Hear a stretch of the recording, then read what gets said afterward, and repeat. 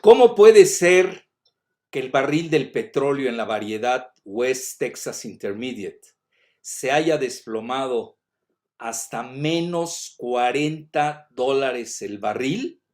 Bueno, si uno no tiene formación financierista, no sabe de derivados, de hedge funds, de los ETFs que quiere decir Exchange Trade Funds, es decir, todos los instrumentos más especulativos, hay que reconocer, muy creativos, porque han creado canastas de todo tipo, así como habían creado todos esos instrumentos de locura en el 2008 con la quiebra de Lehman Brothers y que arrastró a todo el sector inmobiliario.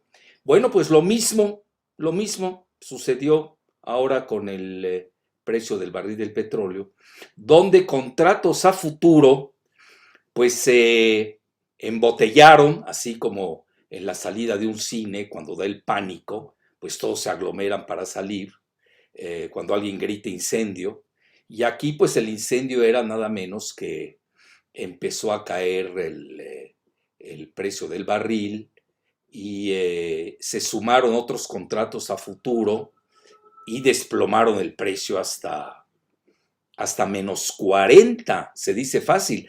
Cuando en una lógica sin estos instrumentos especulativos, es decir, pensando a la antigüita, como en la época de mi abuelo, que era un gran comerciante, nada más había la oferta y la demanda.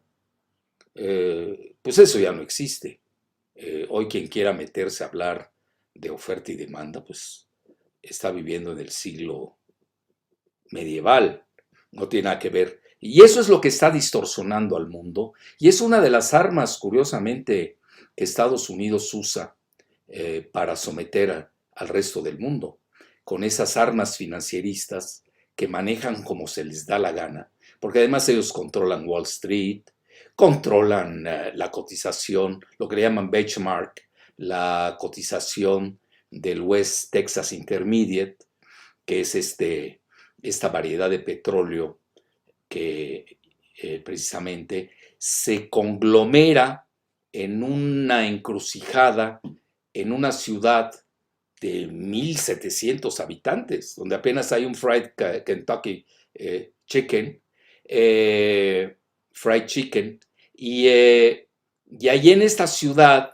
pequeña, pues ahí está el corazón energético, yo diría prácticamente del mundo, porque en esta ciudad de Cushing, que está en Oklahoma, ahí llega toda la red de oleoductos del petróleo que llega al puerto de Houston, viene al lado de Canadá, y también el nuestro petróleo mexicano que llega al puerto de Houston, por nosotros somos dependientes totalmente de ese mercado. Bueno, ese mercado en Cushing, Oklahoma, fue el que precisamente provocó ese desplome en un solo día de menos $40 el barril. Es más, cayó de $20 hasta menos 40, es decir, perdió 60 y pico de dólares. Obviamente eso no es normal para una mente que se maneja con la ley de la oferta y la demanda, que ya es muy primitiva porque Estados Unidos usa esa arma financierista con objetivos geoestratégicos.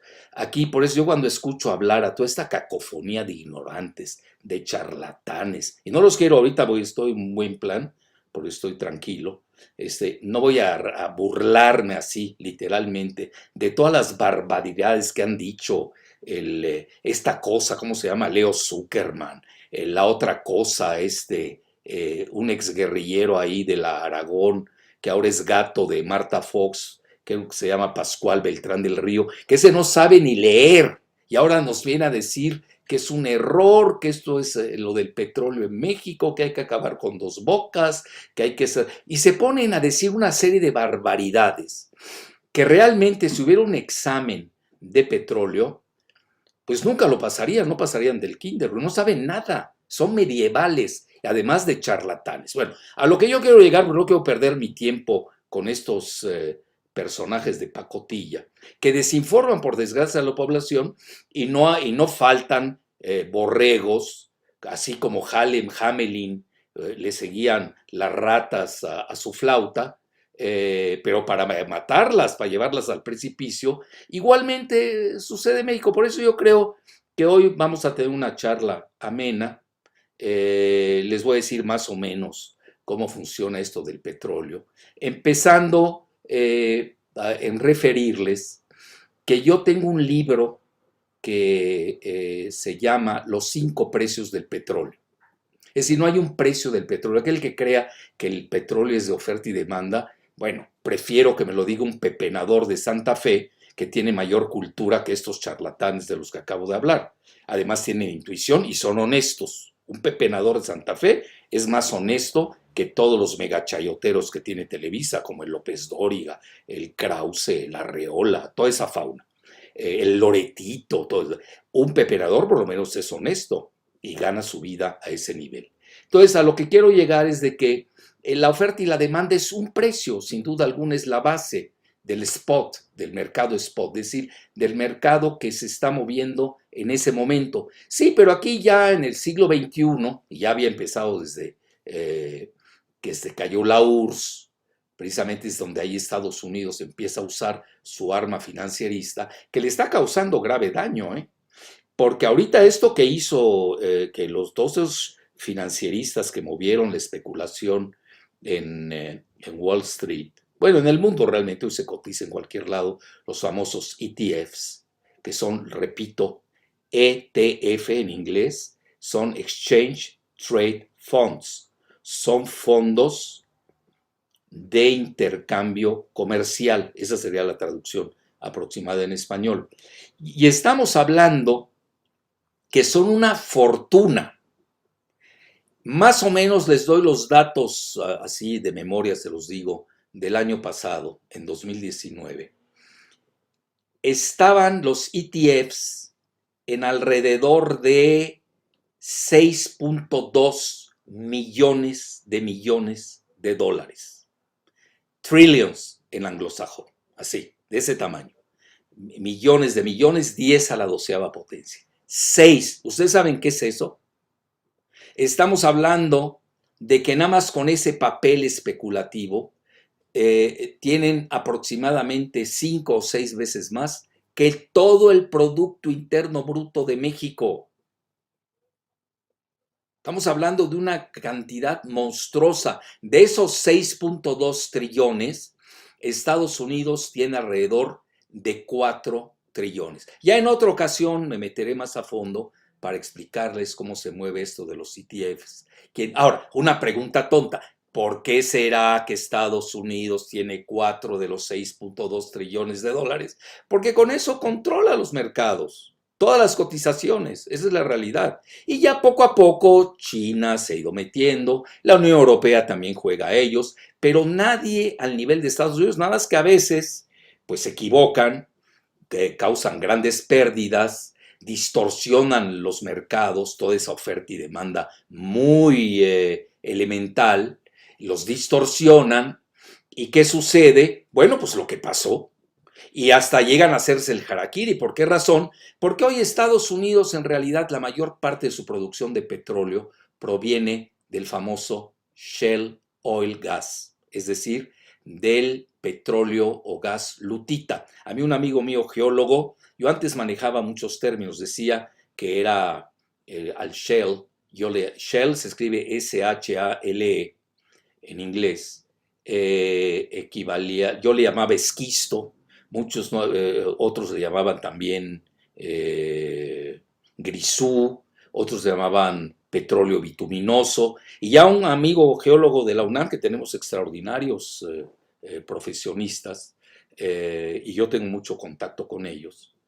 Precisamente cuando tengo que preguntar algo sobre el petróleo, pues acudo a ellos, ¿no? Pues dicho esto, a veces le hace mucho daño porque la cosa del petróleo o gas lutita, pues la mayor parte de la producción de Estados Unidos, que usaron el famoso fracking, que es la fracturación hidráulica, que tienen unas más de 100 sustancias químicas, perforan, eh, miles de metros debajo de la superficie, y precisamente para llegar a rocas donde está ahí el petróleo o el gas que están buscando, tienen un método muy de ellos, y no les importa si esto es caníbal, si causa terremotos, si las sustancias químicas son tóxicas, producen cáncer, porque no puede ser reciclada esa agua que se usa, porque además requieren de grandes cantidades de agua. Ahora bien, el shale gas en Estados Unidos es muy abundante en la zona de la cuenca pérmica, sobre todo en la zona también de Nuevo México y de Oklahoma. Nosotros en México se considera que tenemos la tercera reserva del mundo, sobre todo en la zona de la cuenca de Burgos, y también en la cuenca de Burgos está entre Tamaulipas y Nuevo León, y también la cuenca Sabina, que está en Coahuila. Bueno, aquí el problema no es el que haya o no shale gas. Aquí el problema es que no hay agua en el noreste de México. Y ya saben que no faltan los dementes neoliberales. Querían desviar el río Pánuco para el proyecto de Monterrey 6 y precisamente llevar el agua y quitársela, no les importa un bledo a quienes afectan, a toda la zona que precisamente irriga el famoso río Pánuco. Bueno, llegaron hasta pensar en desviar, y no es broma, a mí me lo dijo un gran ingeniero hidráulico, que querían desviar el Usumacinta y el Grijalva. Ustedes saben que Tabasco, pues ahí convergen los dos más grandes ríos que realmente tienen la mayor parte de agua del país, que es el sur de México, y precisamente era para llevar esa agua a la parte seca, que está, incluso le llaman una parte hidráulicamente estresada, que es porque no tienen agua en el noreste del país, para precisamente extraer el fracking. Bueno, de ahí viene la grandeza entrecomillada de Estados Unidos con su shale gas, que fue un mito, porque realmente no dejaba dinero.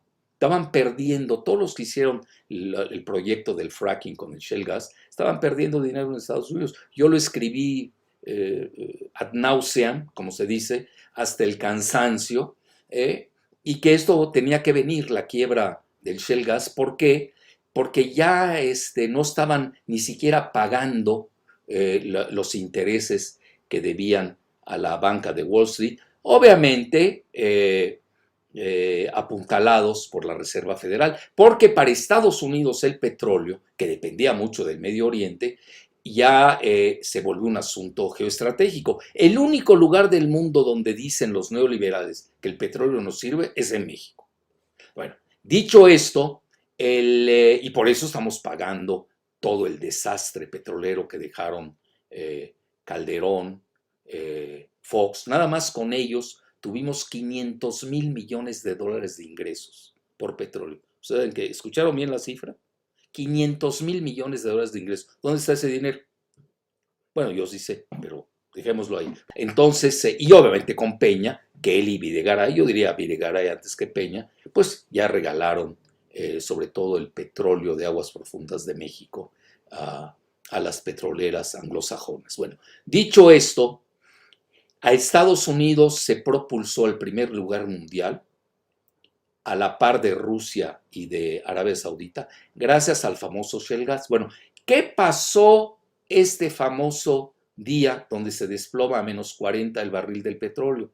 Bueno, ya de por sí andaba pésima la, la, la situación literalmente trágica del shale gas en Texas, que no olvidemos tiene 38 votos electorales que le pueden afectar a Trump en su empuje a la reelección, y que pues naturalmente esto, en medio de la guerra de precios que se había dado entre Arabia Saudita y Rusia, pues ya ahí hacía prácticamente inviable la industria del petróleo, en su mayor parte proveniente del shale gas, que necesita un precio, y además ahí hay mucha trampa, ¿eh? Vean todo lo que se maneja en esto, hay mucha trampa. Yo eso lo vengo siguiendo desde hace fácilmente desde 1990, ¿eh? vengo siguiendo todas estas consideraciones ya financieristas del petróleo. La geopolítica siempre le he seguido, sobre todo que pues, yo soy de origen medio oriental,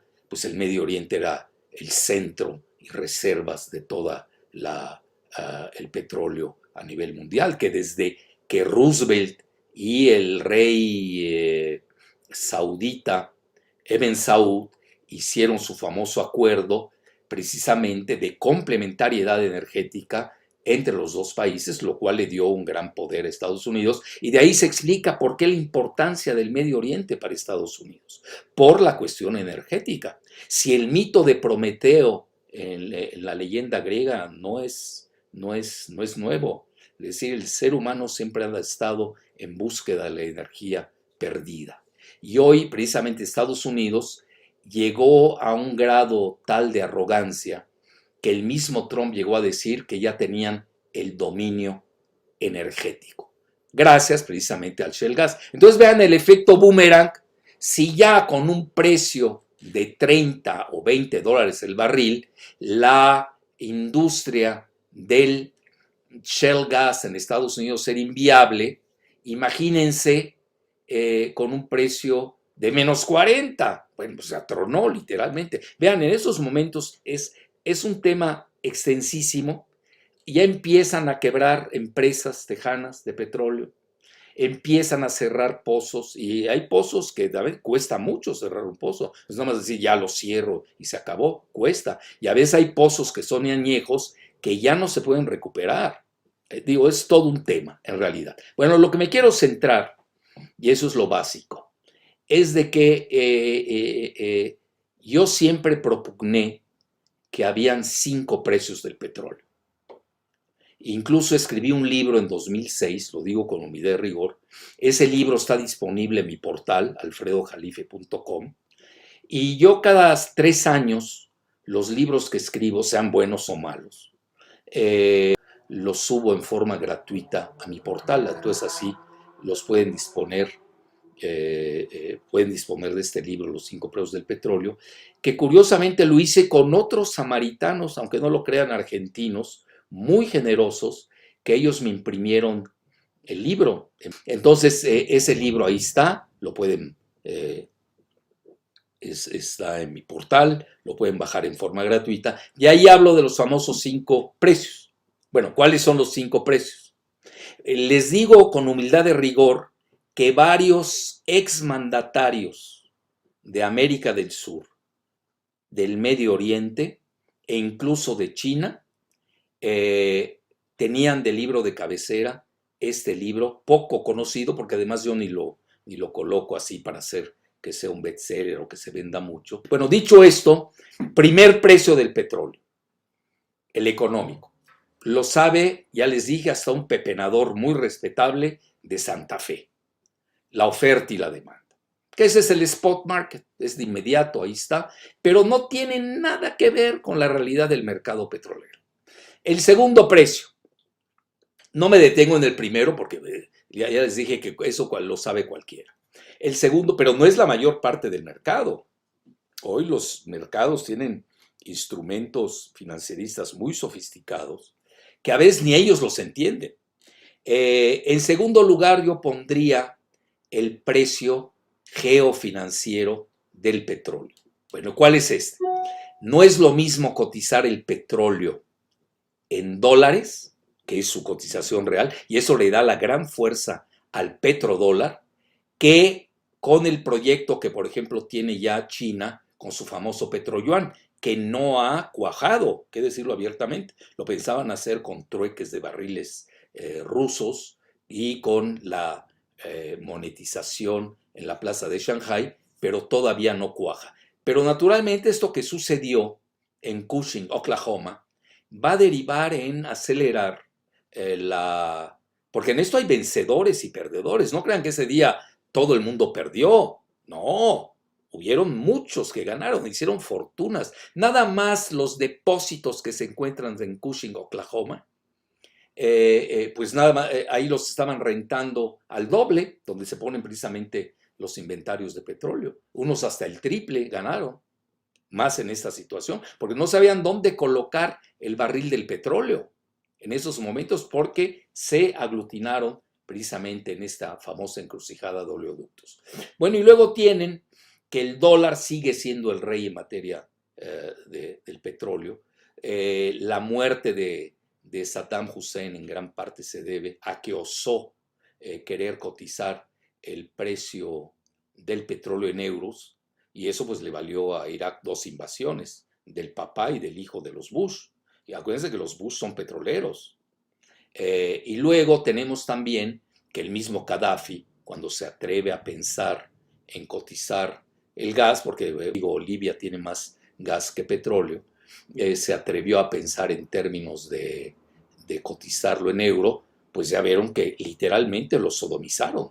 Y Hillary Clinton hasta lo festejó abiertamente cuando dijo llegamos y triunfamos, ¿no? Etcétera.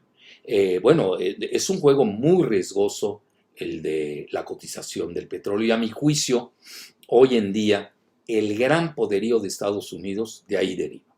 Más que sus bombas nucleares que tiene a la par de Rusia, más que las nuevas armas hipersónicas que Rusia ya la superó por lo menos 20 años, hoy el verdadero poder de Estados Unidos es el dólar y sobre todo su conjunción con el petróleo. Yo diría el petrodólar por una razón, porque lo que más se cotiza en el mundo, estábamos hablando antes de la crisis del virus letal, el mundo andaba en cerca de 100 millones de barriles al día. ¿Escucharon bien? 100 millones de barriles al día. Multipliquen las cifras y se van a dar cuenta al año que es el principal ingreso del planeta. Si algo está globalizado, en realidad, es el petróleo. Sí, pero no en términos vulgares, economicistas, sino en términos geoestratégicos. Y de ahí derivado el dominio de Estados Unidos en Occidente desde la Segunda Guerra Mundial, cuando se cae la URSS en 1991, y ahora que Rusia ha empezado a resucitar entre los muertos, precisamente gracias al alza del petróleo de los últimos años, pues el zar Vladimir Putin tiene hoy unas reservas de divisas mucho más cuantiosas que las mismas de Arabia Saudita. Se calculan en 550,000 millones de dólares. Bueno, no me quiero desviar de ese tema porque vean, cada vez que toco algún punto del petróleo, vean cómo tenemos derivaciones.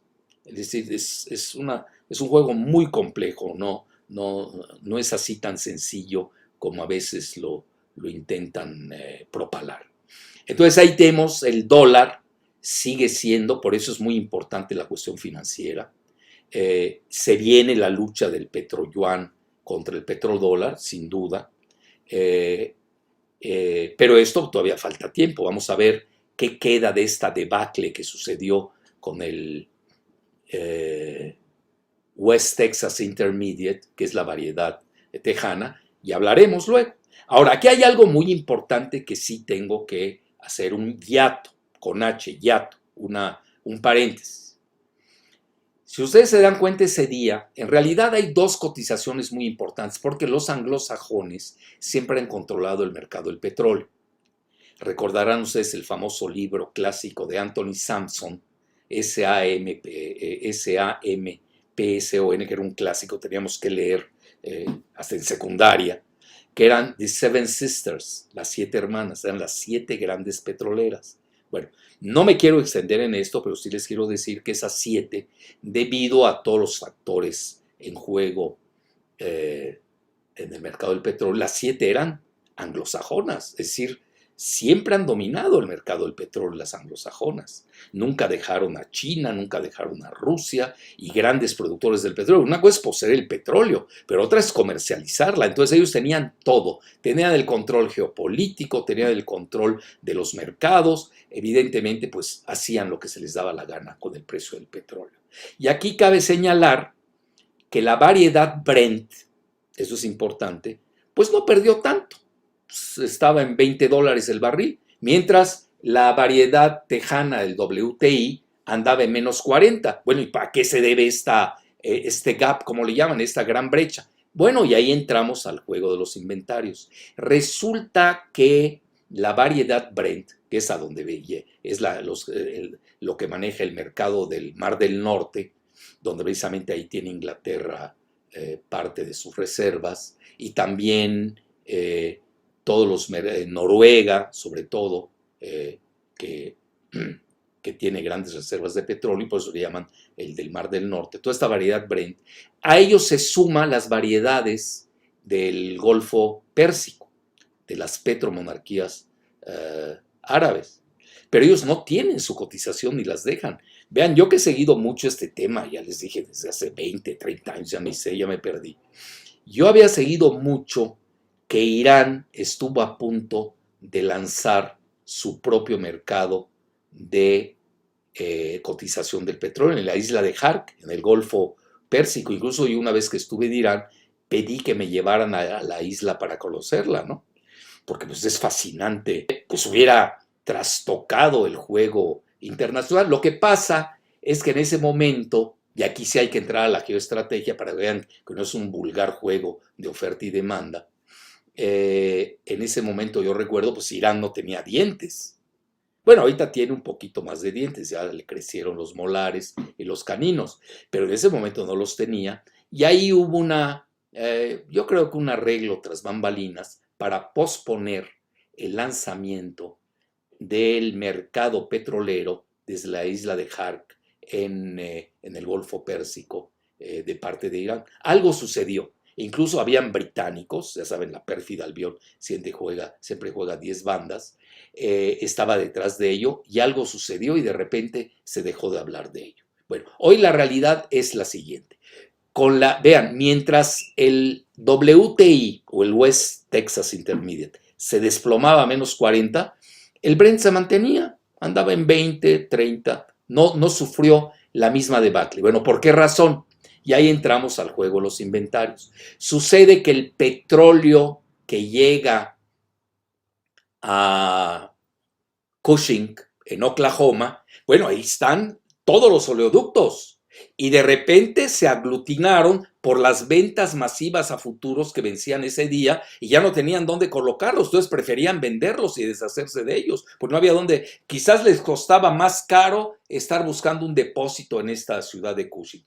Y lo que pasa, lo que no le sucedió al petróleo Brent, que ellos descargan su petróleo en tankers así. Ustedes hoy pueden ver grandes tankers alrededor del mundo y todo eso sirve para la especulación, porque está flotando, ahí nada uno en el Océano Índico, de repente ya están cotizando y pueden vender hasta 10 veces el mismo petróleo dependiendo del valor del petróleo en ese día. Imagínense el nivel de especulación que existe. Ese es, yo creo, en el nuevo orden mundial, va a tener que cambiar esto. Estados Unidos y Gran Bretaña se han aprovechado de ese duopolio de manejar las dos variedades. Rusia, que tiene más petróleo, no participa y tiene una variedad de los Urales, pero depende de dos. Pero ¿cómo puede ser esto? Esto es anómalo. Esto naturalmente va a cambiar. Y ya no se diga los países del Golfo Pérsico, las petromonarquías, pues no tienen la musculatura ni nuclear ni militar para poder decir, bueno, aquí está mi cotización y me pagan lo que pido, o si no, no lo vendo.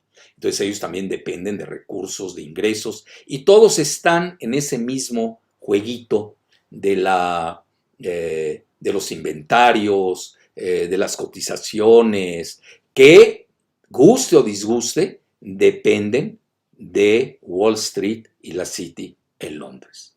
Ese es realmente lo que hay que entender. Si uno no entiende que Estados Unidos y Gran Bretaña dominan el mercado petrolero, no porque tengan más reservas, eso es irrelevante. Uno puede tener muchas reservas. Nigeria tiene muchas reservas, sí. Venezuela tiene la mayor reserva de petróleo del mundo. Cuando sumamos el petróleo convencional con el no convencional, ¿y qué? La tienen con sanciones. Precisamente parte del juego de las sanciones es ese. Es precisamente beneficiar a los anglosajones, es decir, a las 4 hermanas que se volvieron al final del día 4 hermanas.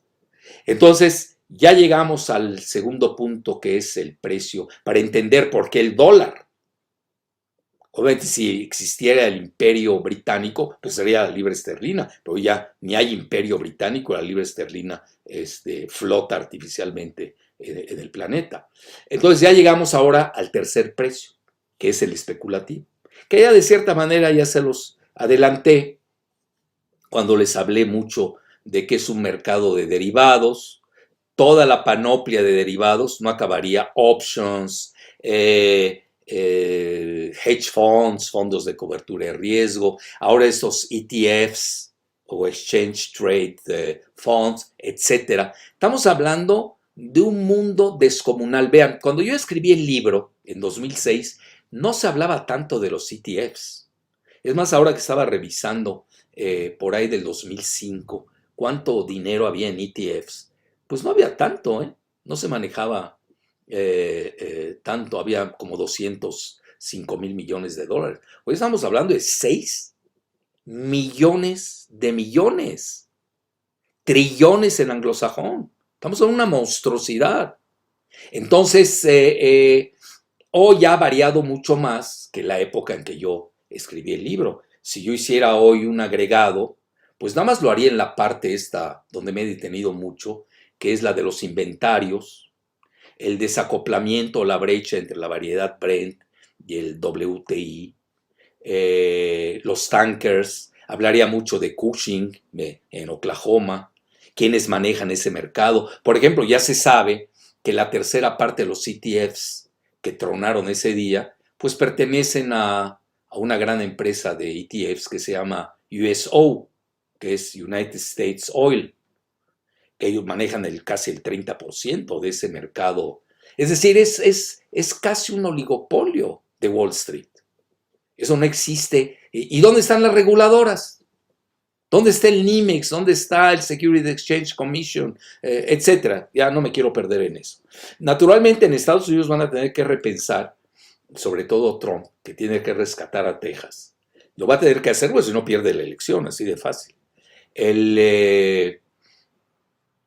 Van a tener que pensar, bien, no fue gratuito que Trump le dio la tarea tanto al secretario de Energía como al secretario del Tesoro, a Mnuchin, que es íntimo de su yerno, el talmúdico Jared Kushner, les dio la tarea de visualizar un plan para precisamente rescatar la industria de shale gas. Vean, aunque quiebren, van a ser juegos de papel, van a ser lo inimaginable, porque no pueden dejar que quiebre esa industria, porque perdería Trump las elecciones, es mi muy humilde hipótesis.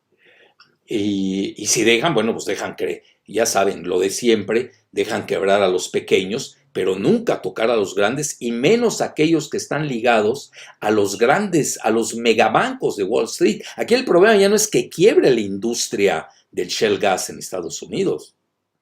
Aquí la gravedad del asunto es un efecto dominó que le pegue a los megabancos de Wall Street.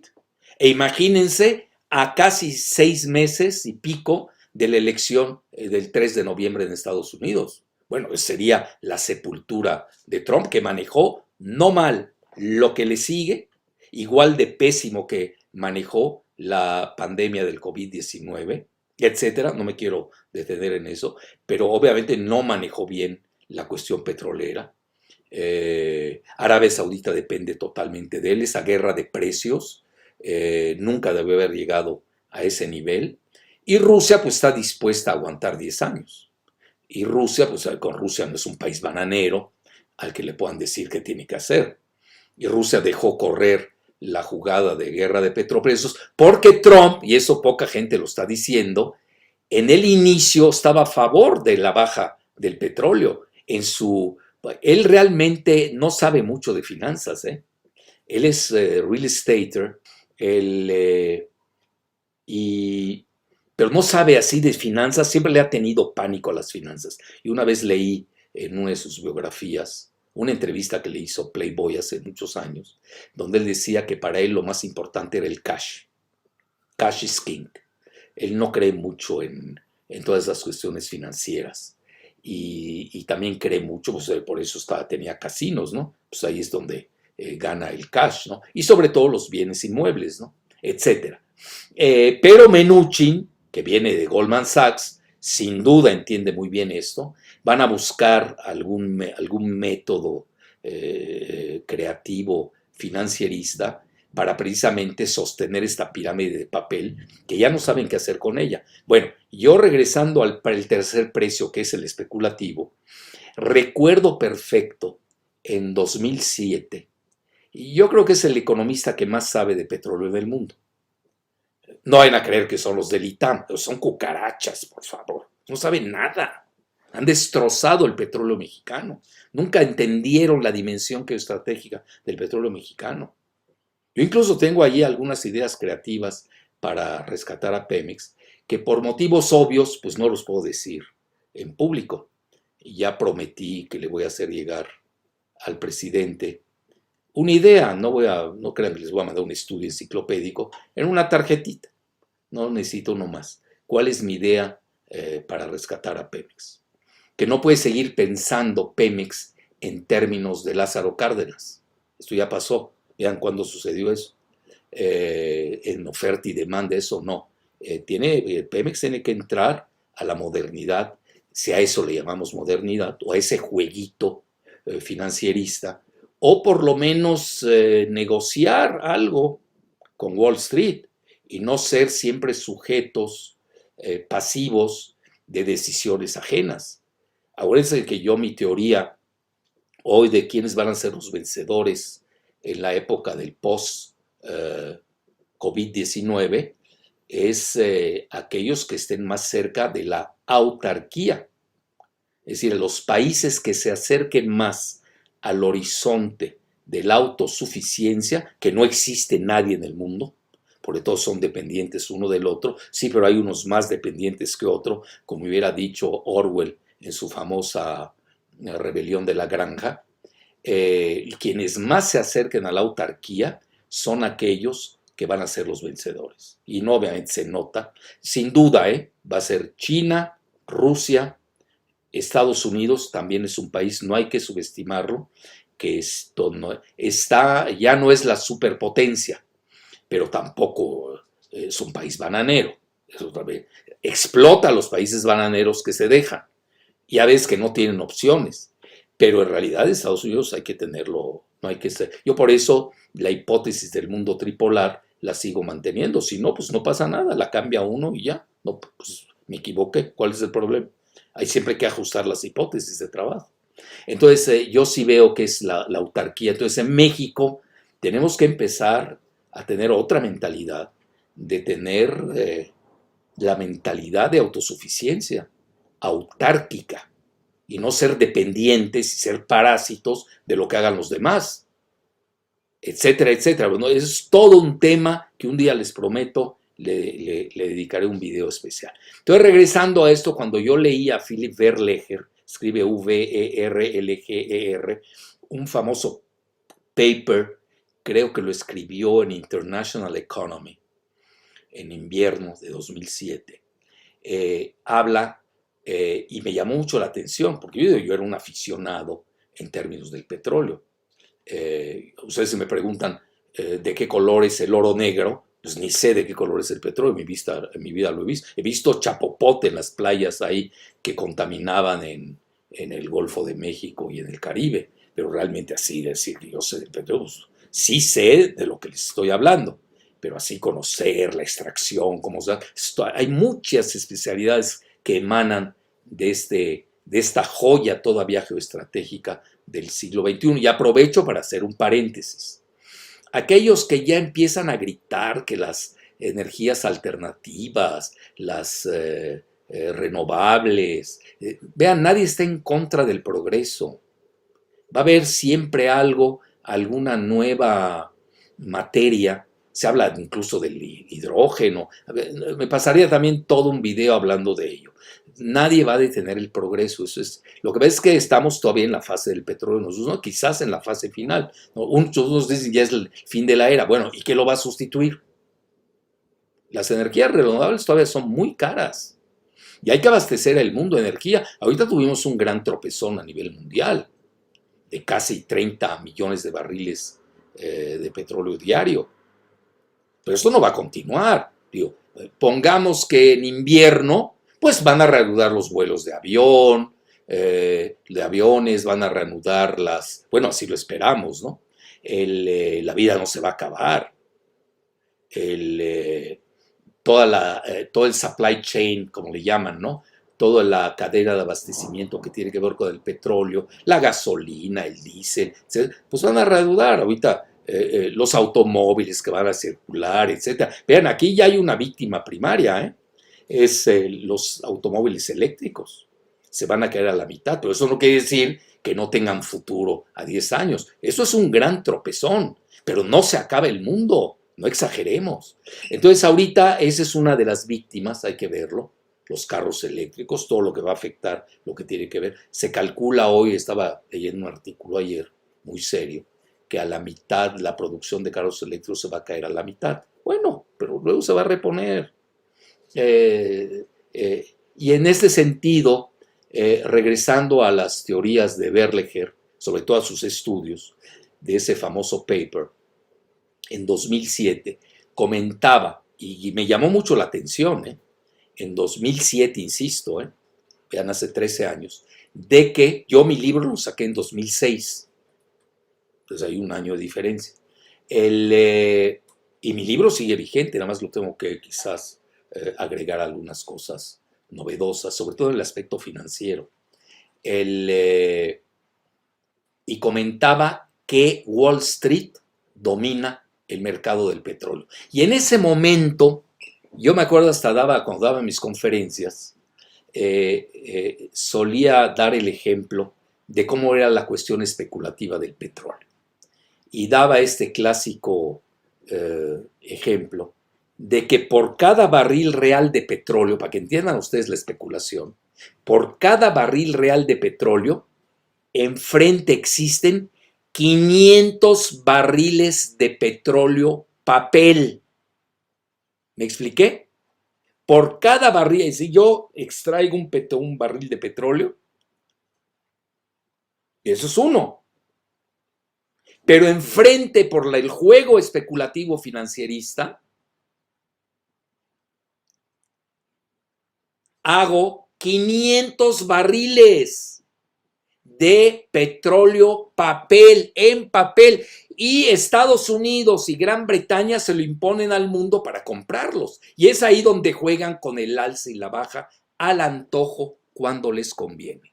Fíjense qué interesante. Si uno no entiende eso, pues bueno, ahora estoy hablando un barril real, tangible, de material, físico, de petróleo, frente a 500 de papel, que es lo que manejan las casas de bolsa, los traders, los mercaderes, etcétera, etcétera. ¿Cuánto habrá hoy de barriles de petróleo en ETFs? Hoy el mundo especulativo es el que domina el petróleo. Fíjense lo que son las cosas. Por eso se aborazan tanto las petroleras anglosajonas en quitarle su petróleo a quien se deje. Por eso están tras Venezuela, tras México, tras Ecuador, tras las petromonarquías árabes. Y ahí, bueno, con Rusia no pueden, ¿no? Naturalmente no pueden. Aunque a Rusia le han dado un bajonazo de aquellos. Vean, los que saben, aquí hablo de hecho, no vamos a entrar a estos cucarachas y charlatanes, nunca vamos a acabar. Esto es serio. Estoy tratando de que sea serio esto. Y ninguno de los que les cité me aguanto un debate sobre el petróleo, Es más, lo reto a todos los que cité juntos que se pongan enfrente de mí. Los hago papilla, así como se los... No saben nada, hombre. Ellos son charlatanes de Televisa y de televisoras, de radiodifusoras chafas, y ahí hablan, y le hablan igual a todo el mundo. Y cuando se meten en ligas mayores, lo único que van a hacer es el ridículo. Entonces, a lo que quiero llegar es de que para que entendamos la dimensión geoestratégica del petróleo, que esa nunca se las enseñaron en el ITAM a los neoliberales. Por eso ellos andaban en el jueguito financierista y creían en esta famosa integración energética en Norteamérica, que era sin mexicanos, por cierto. Había que integrar los grandes yacimientos de petróleo de México a los de Canadá y Estados Unidos, que naturalmente, imagínense, y Estados Unidos con el shale gas iba a ser ya es una gran potencia, ya no ahora, habría que rehacer ahorita el recuento de daños. Imagínense con el petróleo de Canadá y de México. y además el agua de Canadá, que es una potencia hidráulica, etcétera. Sería a nivel regional una de las máximas superpotencias geoeconómicas y, por ende, geoestratégica, porque Estados Unidos posee armas nucleares. Entonces, dicho esto, ahí dejo el tercer petróleo, el tercer precio, que es el especulativo, y me voy al cuarto, que es el más sencillo, el que manejé toda mi vida, que es el geopolítico. Vean, el precio geopolítico, si por ejemplo, siempre se daba el ejemplo clásico, si se cierra el Golfo, el estrecho de Hormuz, en el Golfo Pérsico, pues el petróleo se va a las nubes. Vean, un simple amago estos días, al día cuando se cae el petróleo tejano, se desploma literalmente. Y todavía viene junio, donde vienen otros, vamos a vivir una montaña rusa, de aquí a que empiece, entre en vigor el acuerdo de la OPEP más, con la reducción de 9.7 millones de barriles diarios, que realmente son insuficientes, se requieren 30. Trump ha dejado entender que hay que llevarlos a 20, etcétera. Sí, pero ellos no quieren reducir su parte. Ellos quieren que lo baje Rusia y Arabia Saudita sin que ellos se molesten, ¿no? Etcétera. Pero eso obviamente ni Rusia por lo menos no lo va a aceptar. A Arabia Saudita le pueden crear presiones muy fuertes para que, pues tiene que seguir la política de Estados Unidos, porque lo digo tal como es, en forma cruda, porque Arabia Saudita pues tiene el paraguas militar de Estados Unidos. Esto no se lo pueden hacer, por ejemplo, a Irán, que no se va a dejar. Bueno, a Rusia ni soñarlo, y a China ni se diga, etcétera. Entonces, dicho esto, ahora precisamente cuando vino esta debacle, hubieron amagos, la prensa iraní lo toma en serio porque dicen que es un invento hollywoodense más de Trump, de que 11 embarcaciones iraníes acosaron a un destroyer estadounidense que se encontraba en el Golfo Pérsico. Bueno, nada más esa situación, nada más eso, hizo que se disparara el barril $20. Fíjense lo que significa el precio geopolítico. Ahora, si hay una guerra, vean, aquí ya hago un paréntesis también. Hay que leer a los que saben. Si van ustedes a hablar del petróleo, bueno, iba a decir 3 nombres, iba a ser muy cruel. No voy a citar a estos charlatanes. Lo único que voy a decir es de que una de las personas que sabe demasiado, no por cuestión de petróleo, conoce el área, conoce la zona, la región del Medio Oriente, es Scott Ritter. Ustedes recordarán que él fue un espía de los Marines y él fue quien era inspector de la ONU y desmintió las mentiras, válgase aquí el triple pleonasmo, de Bush, cuando dijo que Saddam Hussein e Irak poseían armas de destrucción masiva. Obviamente no existieron armas de destrucción masiva, esa fue la coartada para quedarse con el petróleo de Irak, que no pudieron quedarse con él, por cierto. Y ahí empieza, es parte del inicio de la decadencia de Estados Unidos. Y en ese momento, Scott Ritter, pues obviamente, ya saben cómo cuando alguien dice la verdad, pues se juega la vida, esto hay que decirlo también.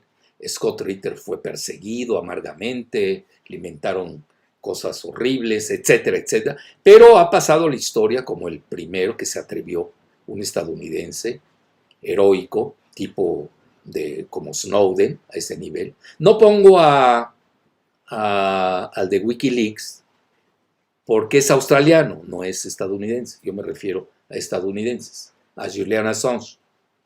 Scott Ritter no le han dado el lugar que se merece. Y es una persona que tomo muy en serio por sus antecedentes y su rigor. Sabe mucho de toda la cuestión, sobre todo en materia de armas. Él, por ejemplo, fue miembro de la negociación de Estados Unidos con la URSS en este tratado del INF, que es el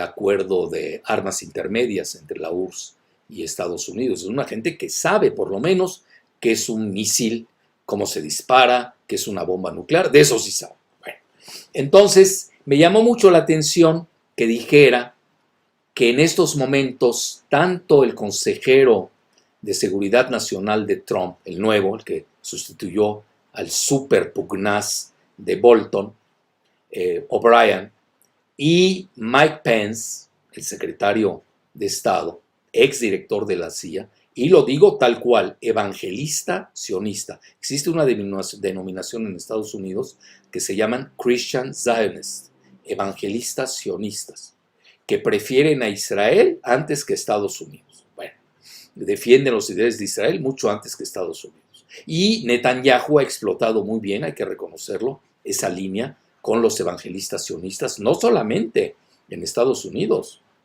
también en Brasil, con Jair Bolsonaro, que en su tercer matrimonio se casó con un evangelista y donde el voto evangelista de 20% se volcó a su favor.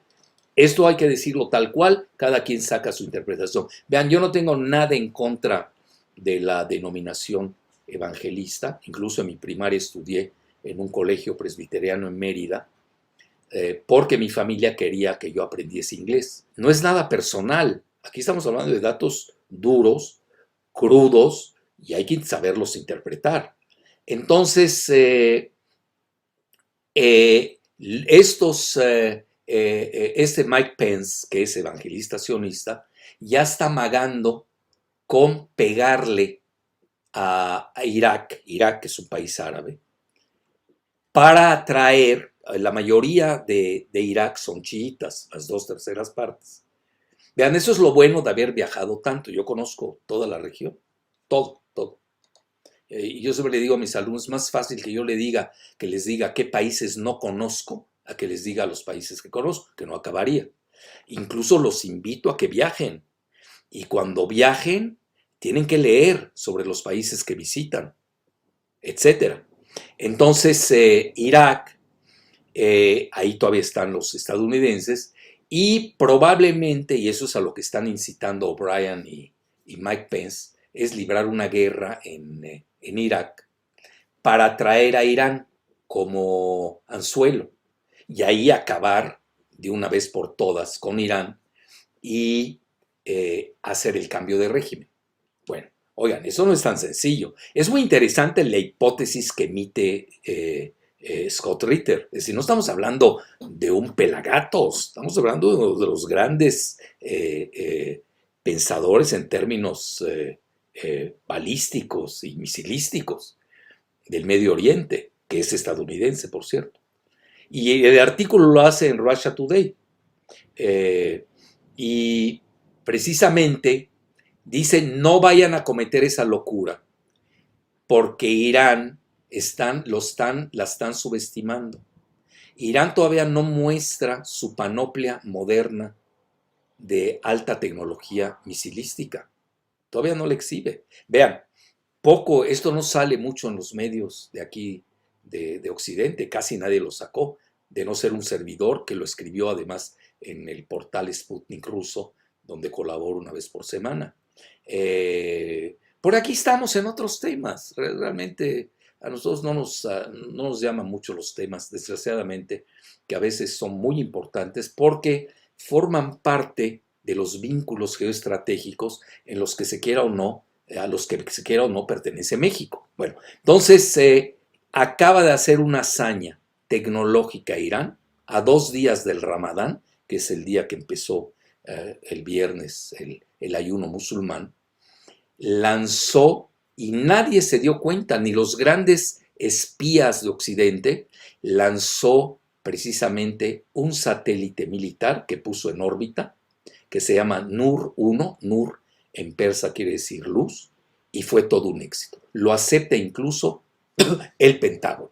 Bueno, es decir, si, vean, Scott Ritter en eso, y le tengo que hacer caso porque uno tiene que acudir a quienes más saben, dice, si Estados Unidos quiere hacer esa aventura, va a ser una carnicería, así, porque los iraníes no se van a dejar. Y yo le agregaría, conociendo bien la región, acuérdense que Irán es un país persa, no es árabe, Irak es árabe, aunque la religión mayoritaria sea chiita, no todos los chiitas son persas, hay hay hasta chiitas, afganos, pakistaníes, etcétera.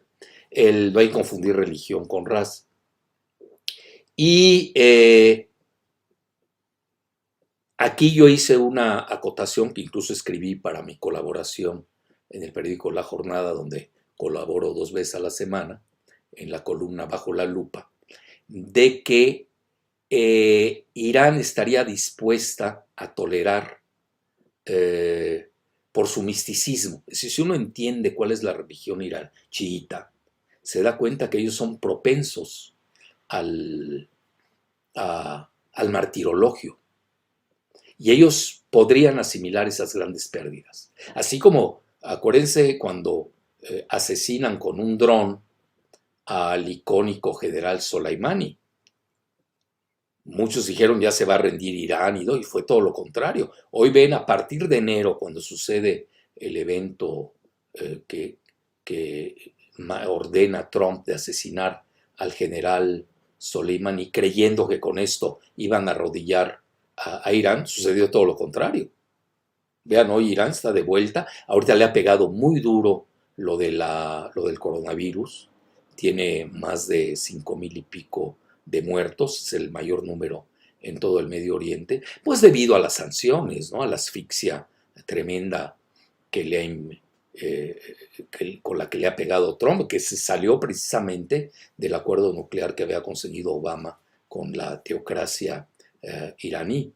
Y también están la máxima presión, ¿no? Donde pues no es fácil, los bancos no les dan créditos, ahorita pidieron un crédito del FMI por 5,000 millones de dólares, la ONU, la Unión Europea, Rusia, China, están implorando a que Estados Unidos en esta fase de sanciones levante de pandemia, perdón, levante las sanciones, y tanto O'Brien como Pompeo están seguros que ya está desangrado Irán al borde de una derrota y ahora es el momento propicio para darles el golpe final. Bueno, y aquí es donde mete orden Scott Ritter, dice, no se vayan a equivocar.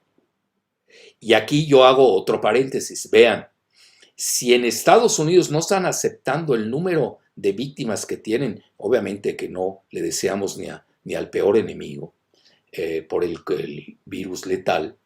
Imagínense cuando empiezan a regresar los cadáveres muertos en una guerra contra Irán, ahí para mí sería el suicidio de Trump, tanto en las urnas funerarias de los estadounidenses como en las urnas electorales. Es decir, a unos meses de la elección sería el peor error estratégico que pudiera cometer. Y es ahí donde entra mi hipótesis dentro de esta cuestión geopolítica, dicho sea con humildad y rigor. Vean, también los iraníes conocen la mentalidad de Estados Unidos, los conocen perfecto, los tienen muy bien estudiados. No olvidemos que Irán viene de una gran civilización de más de 5,000 años. A mí me ha tocado estar en Persépolis, que fue una ciudad precisamente destruida por Alejandro el Magno, etcétera, antes del nacimiento de Cristo. Entonces es una civilización, ellos tienen, lo digo abiertamente con propiedad, traen hasta un complejo de superioridad, se sienten superiores y más inteligentes que la mayor parte de los habitantes de la región, por ese pasado tan glorioso que han tenido, que hay que reconocerlo. Entonces, no es fácil someter a un país. Vean, Irán ha sido el cementerio de los imperios. Así que sería, yo si me piden un consejo que sea el último del planeta en opinar, le diría a Trump, no vayas a cometer ese error. Mejor, pero conociendo también la mentalidad de los iraníes y también la mentalidad de Trump, no por algo fui miembro, uno de los altos dirigentes de la Federación Mundial de Salud Mental, me dediqué mucho tiempo en mi vida al estudio de la psiquiatría, incluso dirigente de la Sociedad Mexicana de Psiquiatría Biológica y galardonado, etc. Pero no, eso lo dejo aparte, yo nada más quiero hacer que yo sí estudio la parte psicológica de las poblaciones y de los dirigentes, es una parte muy importante. Conociendo la mentalidad de ambos, que no es muy similar, es muy disímbola, yo emití una hipótesis de que a los dos, curiosamente, les conviene, ahora que vieron que con este pseudoamago que no existió, muy hollywoodense, de las embarcaciones iraníes, del cuerpo de los guardianes revolucionarios islámicos, frente a este destroyer de Estados Unidos, pues subió el barril $20. Oigan, y esto le convino a Irán también, como también le convino a Trump. ¿Y qué tal si dejan hacer? No estoy diciendo que haya acuerdo, también han existido acuerdos, pero acuérdense que hay back channels, como se llama en política, es decir, hay tras bastidores o tras bambalinas, existen muchas veces diálogos triangulados. Acuérdense que Estados Unidos no tiene presencia de su embajada, de una embajada en Irán, pero tiene a los suizos. Suiza representa sus intereses, pero también tienen un gran diálogo con Qatar. Es el único país árabe del Golfo Pérsico y de las petromonarquías que tiene excelentes relaciones con Irán. También un poco Omán, hay que reconocerlo, pero más que nada yo diría Qatar, incluso con quien comparten el famoso, hay una reserva amplísima que se llama Pars, PARS, donde está una de las mayores reservas de gas del planeta, que comparten precisamente con Irán. Entonces tienen muchas cosas en común y a veces se mandan mensajes, ¿no?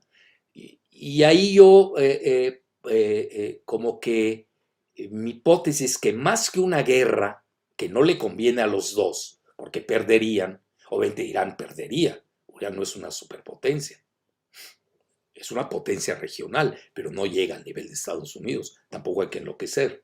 No sabemos cuál va a ser la reacción de Rusia. Rusia, acuérdense, tiene fronteras con Irán en el Mar Caspio, es decir, a Rusia no le va a gustar que anden guerreando muy cerca de sus fronteras, cuando ya también tiene una presencia en Siria, etc. Entonces, ¿y qué tal si les conviene más a los dos llegar a yo diría un montaje teatral, casi hollywoodense, de que el petróleo, que haya una tensión paroxística sin ir a la guerra? Oigan, a los dos les conviene, subiría el petróleo. Yo no veo el petróleo a niveles muy altos ahora. Hay que ver cuál es el efecto a partir de mayo de este recorte que a mi juicio es muy bajo, de casi 10 millones de barriles al día. Lo tienen que llevar a 20 y según Scott Ritter tendría que ser de 30. Yo en eso sigo a Scott Ritter. Entonces aquí el amago de una guerra, sin llegar a ella, puede llevar el barril a una disminución, etcétera, etcétera. Porque ahorita también en esto, a nivel geopolítico, hay vencedores y perdedores. Vean, hay muchos perdedores que son exportadores de petróleo. ¿Quiénes han sido los más golpeados? Vean la paradoja. Venezuela, que es la que mayor reservas de petróleo tiene en el mundo a nivel convencional y no convencional debido a las sanciones, pues pierde con esto de un barril tan bajo. Ecuador ya de por sí, vean toda la catástrofe del COVID-19 en Guayaquil, que es apocalíptico realmente, etcétera. Nigeria pierde, pero que estamos hablando de los que pierden, etcétera. Alguien me va a decir por ahí, México es un tema especial sobre el petróleo que un día le dedicaré. No me quiero ahorita perder en ello. Pero en China, lo digo con mucha humildad y rigor, aceptaron 4 de mis 5 precios de petróleo. En China, el primer importador de petróleo del mundo. Si no se habla en cualquier lugar. Entonces, ante esta situación, ya entro al último precio del petróleo para que vean lo complejo que es. Por eso, yo lo que les sugiero cuando surja algo de esta cuestión petrolera, si es que quieren tener cultura petrolera, si no, bueno, pues lean a los que saben, por lo menos, ¿no? Sería el desinformativo. Fíjense, curiosamente, los chinos no aceptaron ese precio. Y curiosamente, si ustedes me preguntan, es el que más me gusta. Y les voy a decir por qué. Todo el mundo miente sobre sus reservas de petróleo. El más mentiroso sobre las reservas de petróleo fue Vicente Fox, y lo puedo demostrar. Cada año las cambiaba según le convenía a sus intereses, o a los de Soros, porque no olvidemos que él es gato de Soros, igual que Calderón. México ha sido gobernado por gatos de Soros. El mismo Cedillo es gato de Soros. Ya llevan gobernando y destruyendo al país muchos años. Entonces, ante esta situación, nadie dice la verdad sobre sus reservas. Incluso vean algo más técnico. La manera en que se mide por Wall Street el petróleo estadounidense es diferente a la manera en que la miden en Gran Bretaña, con el Brent. Fíjense de la variabilidad que hay. Entonces, también esto de las reservas hay que tener mucho cuidado. Quién las hace, cómo. Hay muchos intereses. Es decir, no es por nada que hasta hoy el petróleo, a la baja, a la alza, como lo quieran poner, sigue siendo la máxima joya geoestratégica del planeta en espera a que sea sustituida, lo cual va a suceder algún día. Pero sí quería darles el resumen de los 5 precios del petróleo para entender qué son los intereses que están detrás, y créame que me fui muy superficial. Es decir, porque cada capítulo que les manejé del precio del petróleo, puedo hacer de él un libro. Muchas gracias.